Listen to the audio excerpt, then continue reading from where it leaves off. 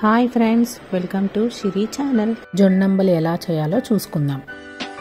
ఇప్పుడు ఒక గిన్నెలో టీ గ్లాస్ అంతా జొన్న పిండి తీసుకొని అది ఒక గిన్నెలో వేసి 250 ml వాటర్ పోసి కలుపుకోవాలి. ఇప్పుడు కలిపి పెట్టుకున్న పిండిని మూత పెట్టేసి నైట్ అంతా పక్కన పెట్టుకోవాలి. ఇప్పుడు స్టవ్ పైన గిన్నె పెట్టుకొని దానిలో 250 ml గ్లాస్తో 4 గ్లాసెస్ వాటర్ పోసి మూత పెట్టేసుకొని మరగనివ్వాలి.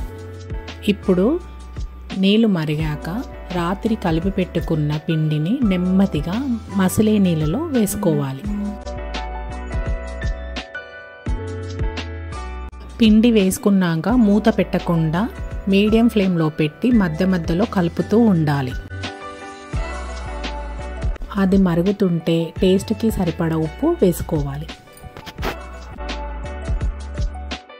మూత పెడితే పొంగుతుంది కాబట్టి అందుకని మూత పెట్టకుండా దాన్ని మధ్య మధ్యలో కలుపుతూ ఉండాలి. ఇది అవ్వడానికి 15 నుండి 20 నిమిషాలు పడుతుంది.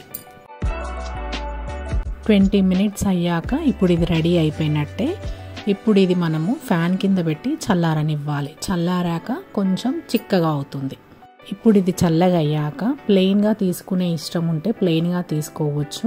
లేదంటే అందులో సన్నగా కట్ చేసి పెట్టుకున్న ఉల్లిపాయలు, సన్నగా కట్ చేసి పెట్టుకున్న కరివేపాకు, సన్నగా కట్ చేసి పెట్టుకున్న కొత్తిమీర వేసేసి దాంట్లో సన్నగా తురుముకున్న క్యారెట్ అన్నీ వేసుకొని బాగా కలిపేసుకొని ఇంకా మనం దీన్ని సర్వ్ చేసుకోవడమే.